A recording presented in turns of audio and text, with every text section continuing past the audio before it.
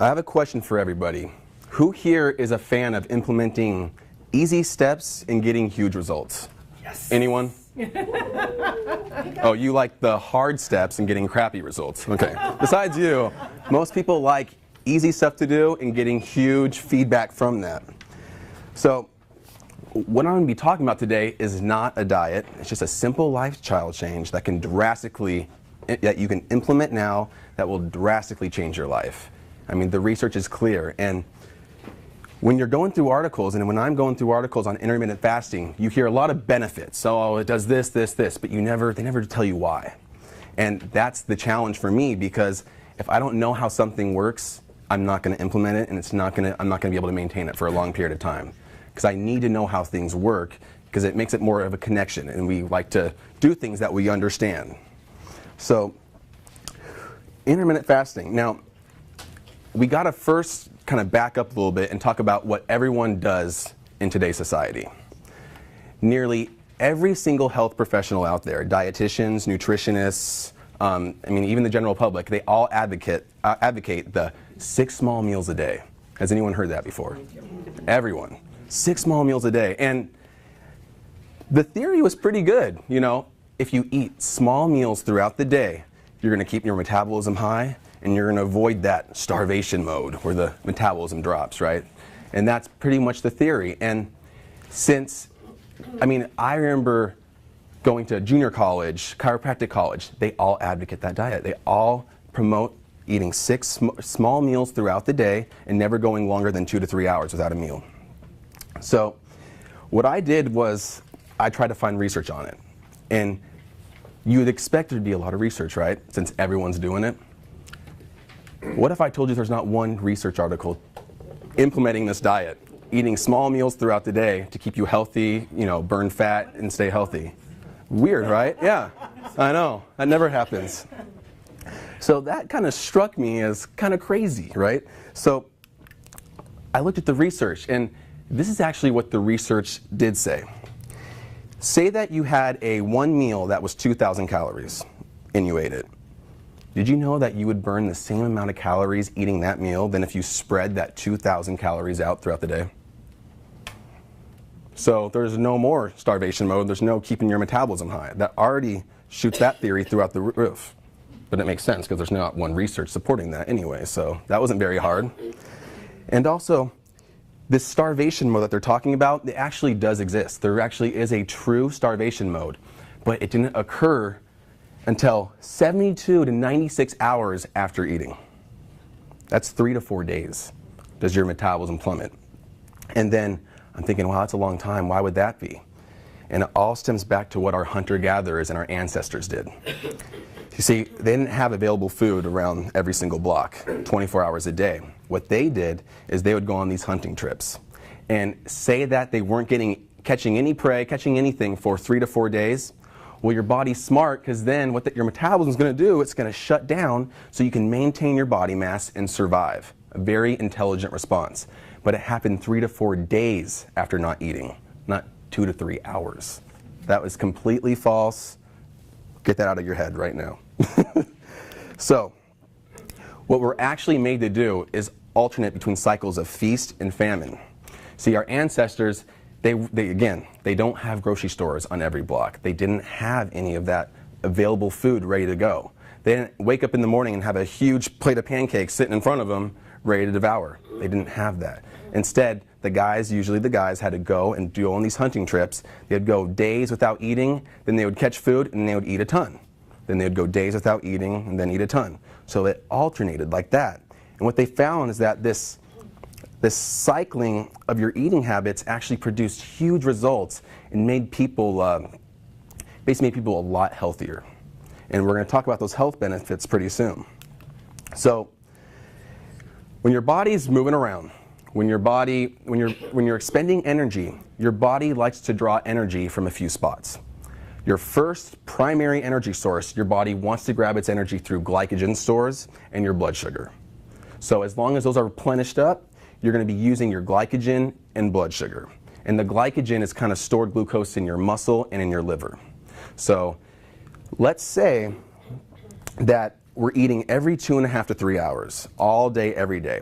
So that means you're constantly replenishing your glycogen, replenishing your glucose in your blood. How then are you ever going to get to your fat stores?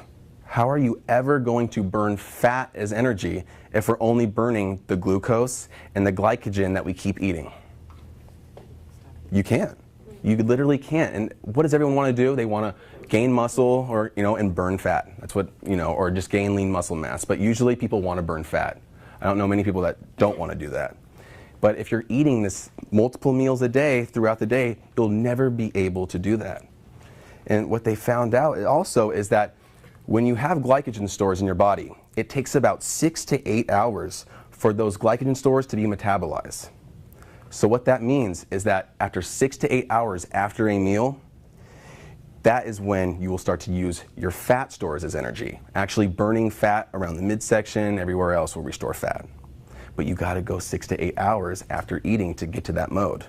Does that make sense? So, intermittent fasting. What exactly is intermittent fasting?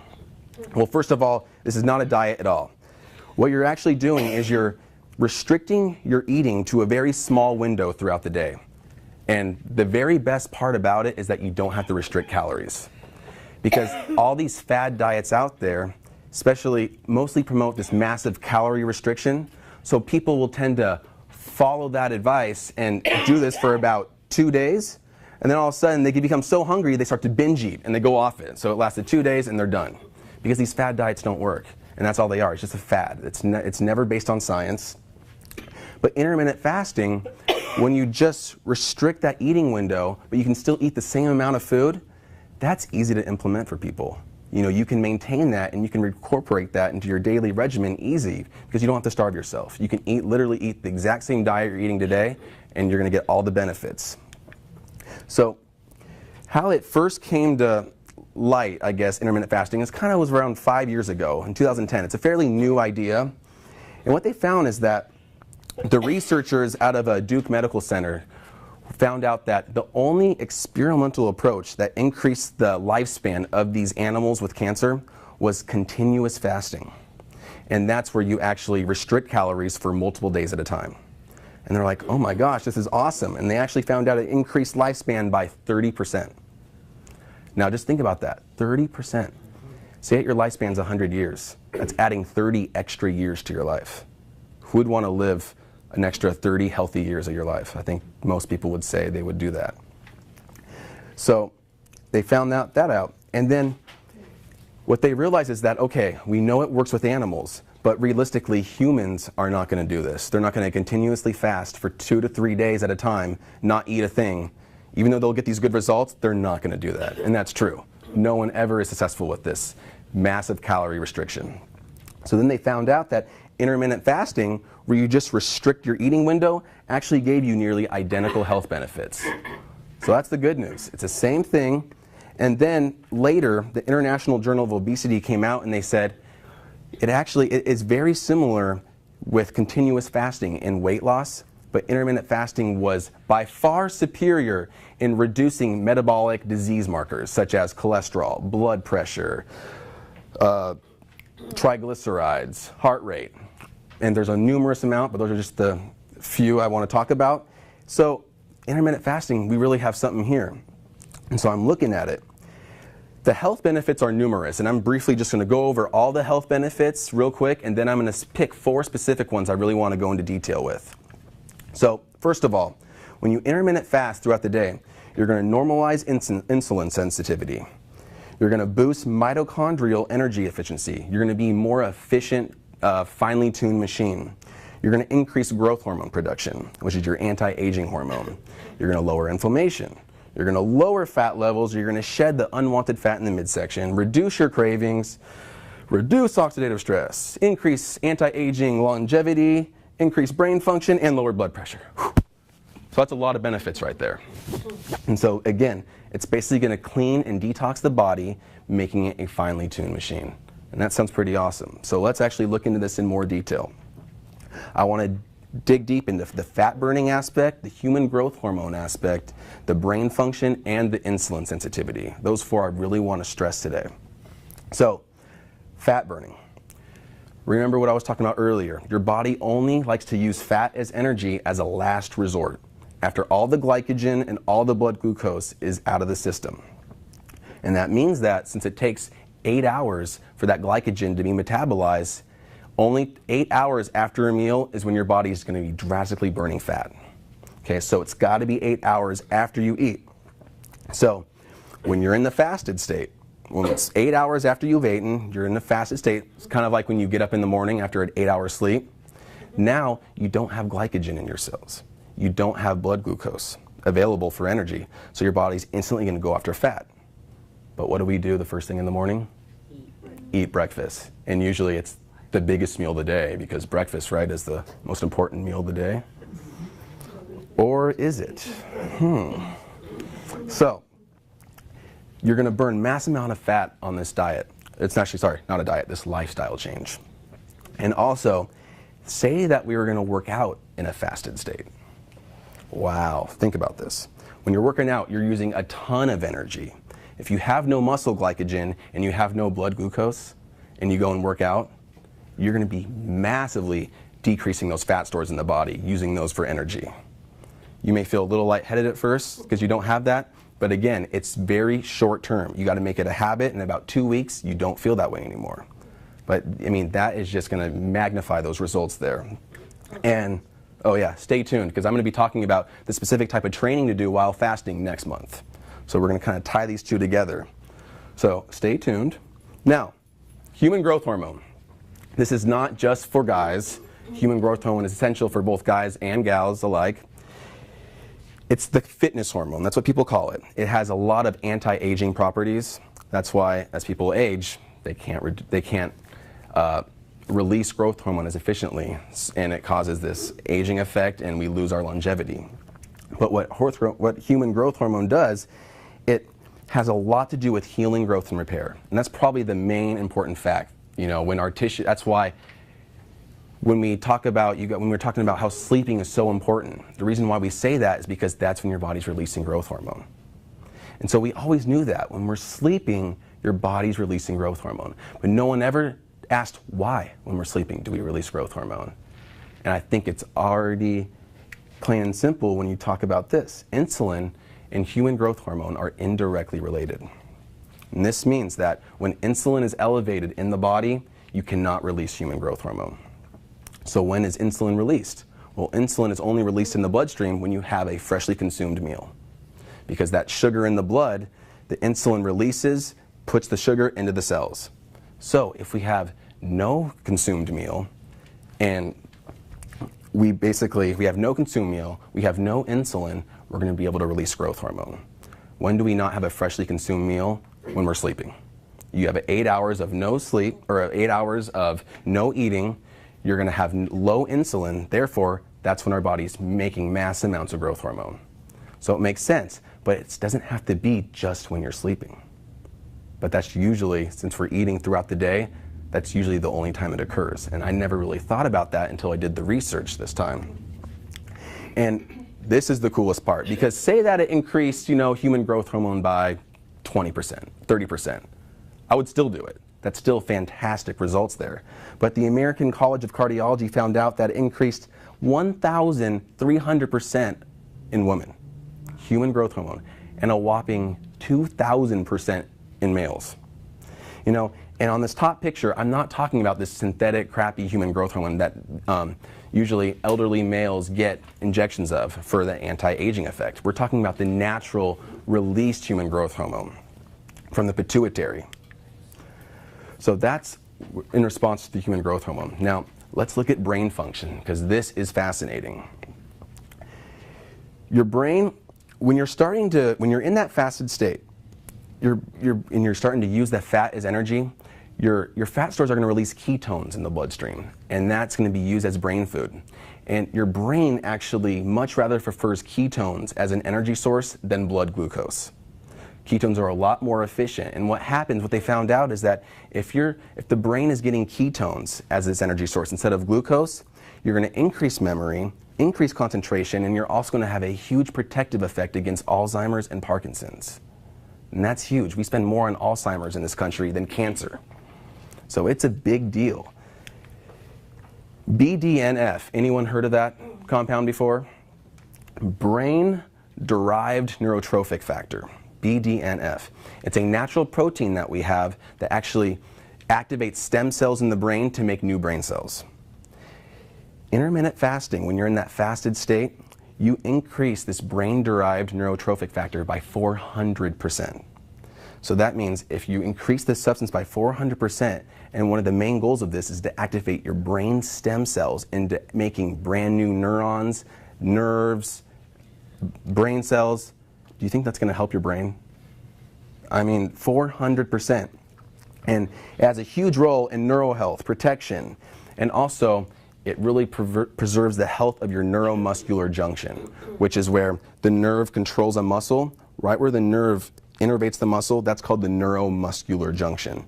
And a lot of times when people lose their strength as they age, it's because of defects with that. It's not really the muscle itself that's going bad, it's that junction, the nerve connecting to the muscle that's not working properly anymore.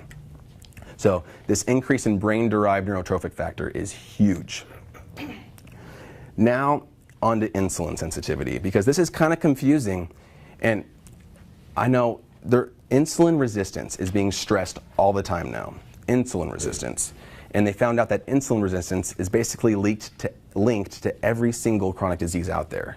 When you're talking, it destroys your blood vessels, it increases heart disease, cancer, diabetes, stroke, osteoporosis. And that's just to name a few, and that's all from insulin resistance.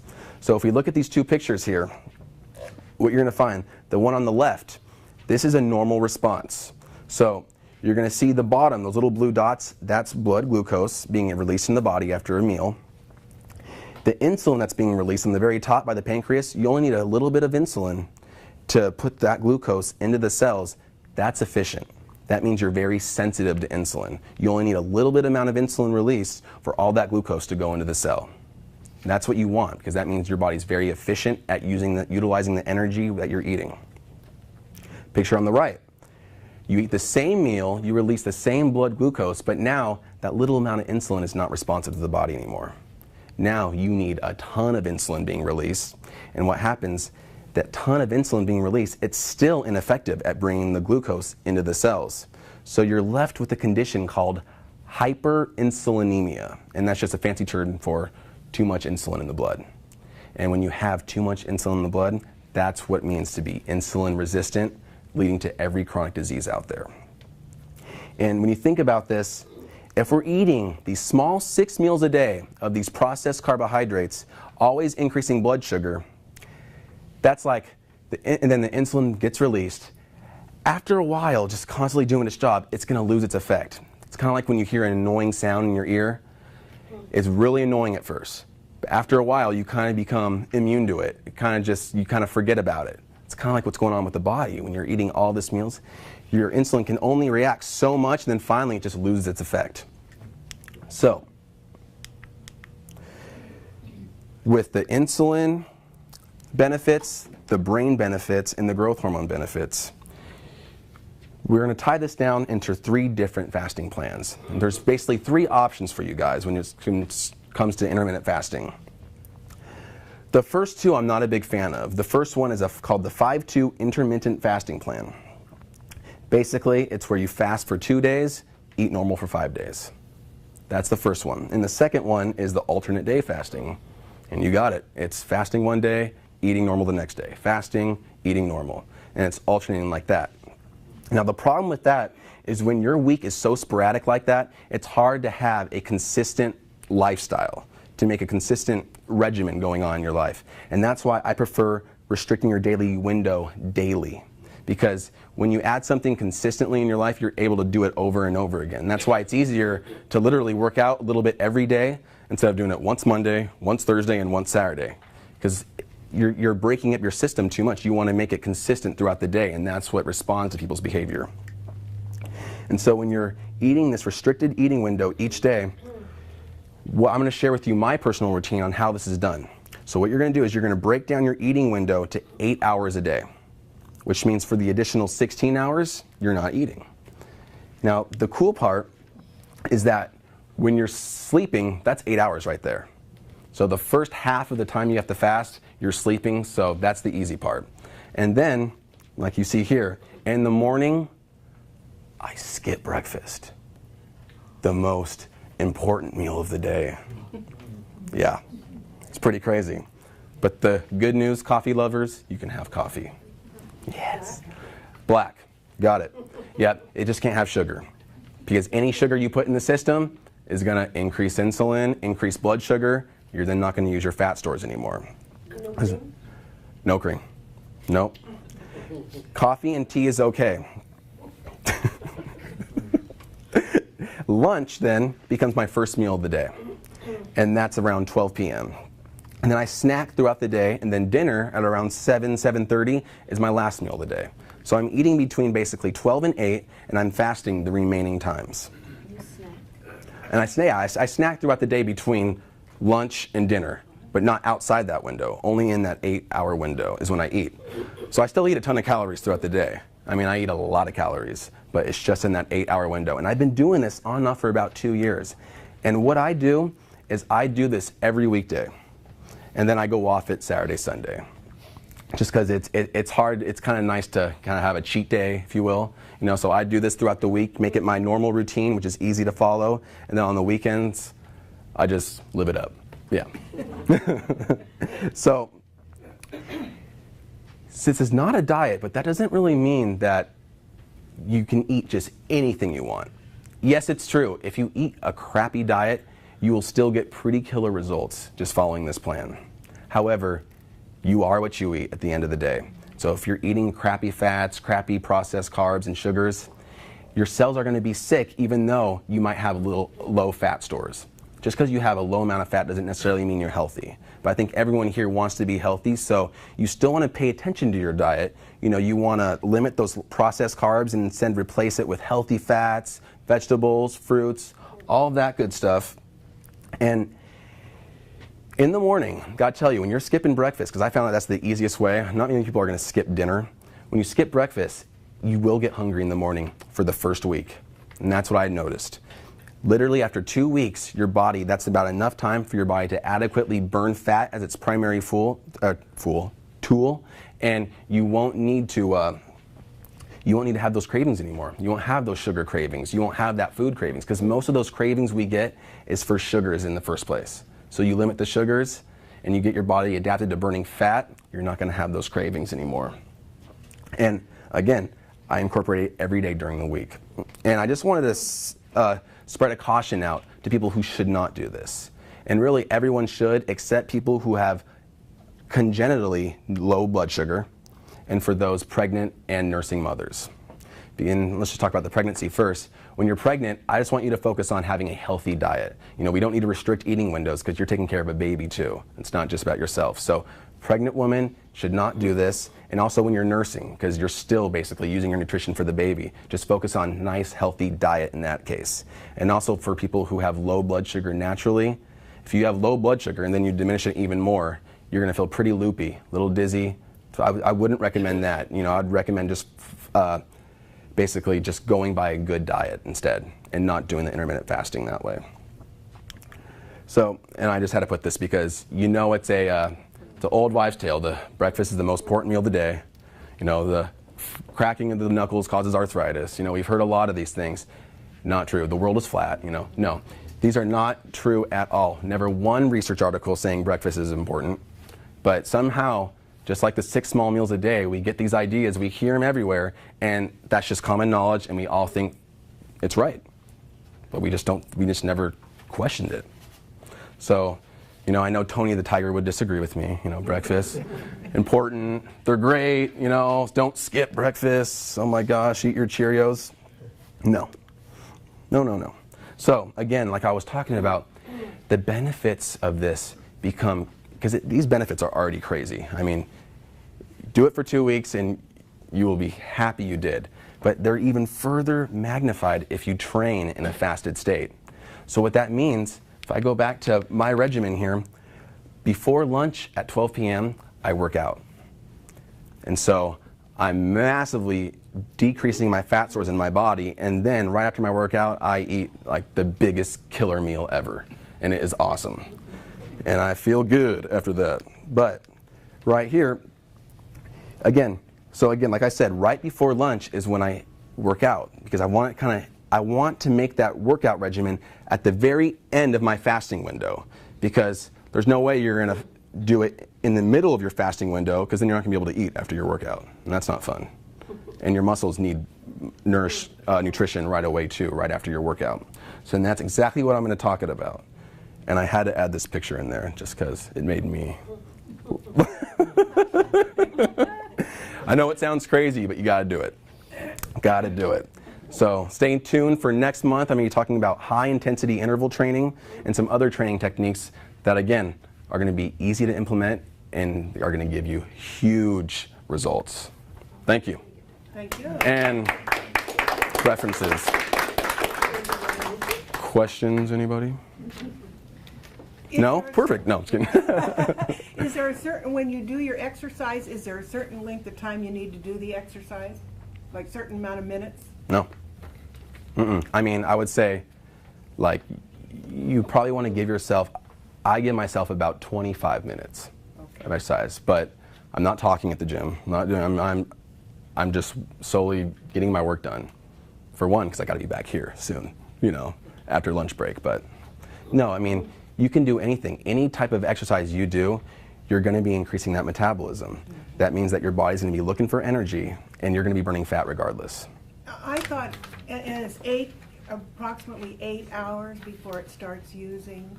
Yep, it takes about 8 hours Okay, for. 'cause I thought it was even longer than that. 6 to 8 hours. Oh. It takes 6 to 8 hours to kind of reset your glycogen and your blood sugar. And only after that is when your body will turn to fat as its energy, because it's got to get its energy from somewhere. Yeah. It just doesn't have the available blood glucose or the glycogen to use from.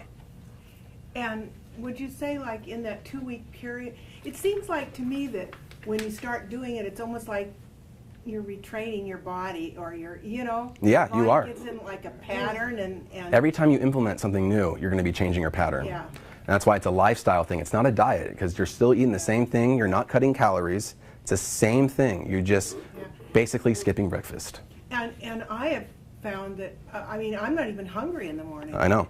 And Not at all. I get to a certain point, like maybe, because I do it like 16 fast and 8. Yeah. When it gets close to that 16 hours, I start getting hungry, but that may be just because I've gotten into that habit. Well, yeah, that's your cycle. And exactly, you will not get hungry in the morning anymore. No, not But you at have all. to go through, it's kind of like quitting coffee. Anyone tried that? Kind of sucks the first week, you know, and it's the same thing. Quitting breakfast is the same thing. You're going to go through a little kind of alarm stage, but after that, your cravings for sugar, sweets go away. Yeah. And I can't tell you how many patients bring us food. I don't eat it. Are you careful about your fruits and the sugar content of fruits? Or Absolutely not. potatoes? No. I think that gets a little too much. I think what, you know, and like Dr. Mercola does that a lot, you know, I recommend limiting fruits. I think he's mostly basing that on people with already chronic disease. You know, because if someone does have diabetes, you know, I wouldn't recommend eating a ton of fruit. However, fruit combined with the fiber doesn't raise your insulin like processed sugar does. So really, it's just the processed food. It's not the fruits that are killing people today. It's not. It's the processed corn syrup, sugar, yeah. Are you basically putting yourself into ketosis or no? Yeah, yeah, because when you're burning fat, your brain's only using ketones as energy, exactly. Yep, and your brain, you know, it gets a bad rap, but that's your brain's preferred energy is ketones, not glucose. So you can be eating all day, giving it glucose, it doesn't really like that, or you can give it ketones and boost your BDNF, your brain-derived neurotrophic factor, by 400%, and be smarter, more intelligent, learn better. You know, you can choose. Yeah. So a lot of people can't work out until after work around 5 or 6. So do you have a good plan for those people instead of? I mean, you can still do it, or you can, I mean, it's tough because for my schedule it works out, but people have schedules where they can't necessarily do that. Ideally, in a perfect world, you would do your workout right before your fast is ending. That way, right after, you can eat a huge meal after that and be out of that, you know. But if you work till 5, I would still encourage to work out, and you can still do the fasting. When I was in school, I was doing it, but you just can't work out till later.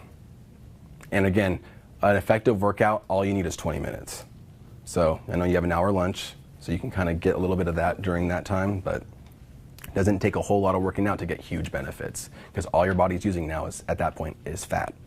You're not using glucose, you're just massively burning your fat. And someone raised their hand over here somewhere. I saw in your coffee it had bulletproof. Yeah. So is that because of the fat in it, and that's allowed, there's no sugar? And it's kind of there's something called the bulletproof fast, which is basically intermittent fasting, but instead of having black coffee in the morning, it's bulletproof coffee. And while that happens is because coconut oil in your bulletproof, so sorry, let me back up. Bulletproof coffee, it's organic coffee, so you'd make it in like your coffee pot, just normal, and then you're gonna put it in a blender and you're gonna add a tablespoon of coconut oil and a tablespoon of grass-fed butter, and you blend it up. That's called bulletproof coffee. And the theory behind that, and this is actually researched, is that the coconut oil is a medium chain fatty acid. It's instant brain food, so that way, if people are starting off feeling kind of loopy in the morning without breakfast, this gives their brain instant food right away. And it also increases mental clarity. And since coconut oil has no sugar, it's not going to increase your insulin levels, so you're still good with that. So you can actually have bulletproof coffee. However, creamer and stuff like that, that's, first of all, it's not natural. It's a dairy product. It's vastly pasteurized, processed, and it does have sugar. Most creamer. Yeah, so bulletproof coffee would be a great alternative for that. It's butter? You said what kind of butter? Grass-fed raw butter. Oh, grass-fed Yep. raw butter. And if you can't get that? If you go to Whole Foods and that, you can actually get it. Yeah, they have like Ancient Organics ghee and stuff like that. It's good. Ghee? Ghee? Ghee? Yeah. And you said coconut oil? Coconut oil, yeah. And that will not increase your insulin, so that's okay to have in the morning. I think I have some. Both, yeah. Because that's what it is. That's what bulletproof is. But what bulletproof did is they kind of made their own oil to use. Instead of coconut oil, they made their own special oil. If you look at the ingredients, it's coconut oil. But they just like to make, because they term the term bulletproof, so they also wanted to have things to sell to the public. In my opinion, it's a little bit of a ripoff, but because you're going to get the same thing from coconut oil. You don't need to buy their products, just make the same thing. So some morning you had to be really alert. You could throw that in. Oh, well, I do it every day. And once you have it, it tastes so good that you'll never go back to. Oh, bulletproof? Yeah, It tastes so good. it does. It's amazing. And then if you have a Vitamix, which is like the blender on steroids, I mean, it turns into like this like foamy, beautiful, just creamy goodness. And it is awesome. Oh. Yeah. I have trouble drinking black coffee unless I had breakfast. I just gives me terrible diarrhea. Would the butter and the coconut oil help with that? Yeah, because coffee, I mean, if anyone here gets the Mercola newsletters, you're starting to get these massive benefits of coffee. And what happens is you add fat with that coffee, it increases the absorption of all those antioxidants, those good natural compounds in that coffee. So I'd be okay with Yeah, but it's got to be organic. Coffee is like the #1 pesticide sprayed bean. So if you're getting just conventional coffee, you're not getting these benefits. So make sure it's organic. Costco has organic right now, by the way. Yeah, but yeah, try it, because I think that would help. You know, yeah, I think it would help. Any other questions? Is the Costco organic already ground? Or is No, it grind? it's in bean. No, I grind my beans fresh every morning.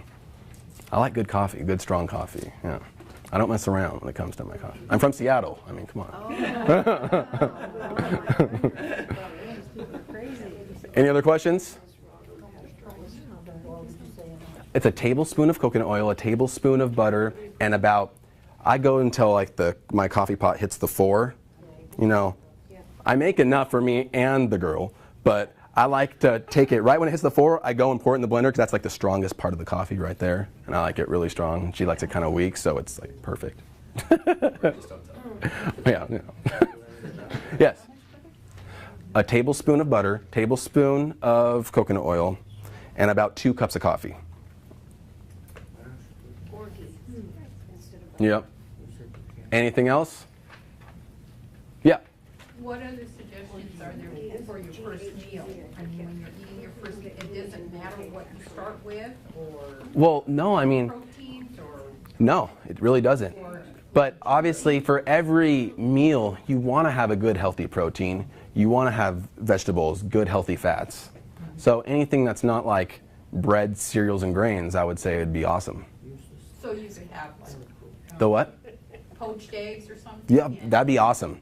And so I eat eggs like a madman. Yeah, at least 4 a day. Healthy fats, egg yolks are awesome for you. It's good for your eyesight. That's one of the 20 foods good for your eyesight that Dr. DeWitt came out with. So. About grains, what about quinoa and amaranth? Quinoa and what? Amaranth is another good one. Okay, yeah, quinoa and chia seed are not a true grain. Okay. They call them pseudo grains. They're a little bit different. They're more in the vegetable side. And what's cool about quinoa is it's one of the only vegetarian complete proteins you can get. One of the only. You can have complete protein if you mix all these foods together, but quinoa is one of your complete proteins altogether. Yeah, that's fantastic. I eat a ton of quinoa. Anything else? Awesome. Well, thank you.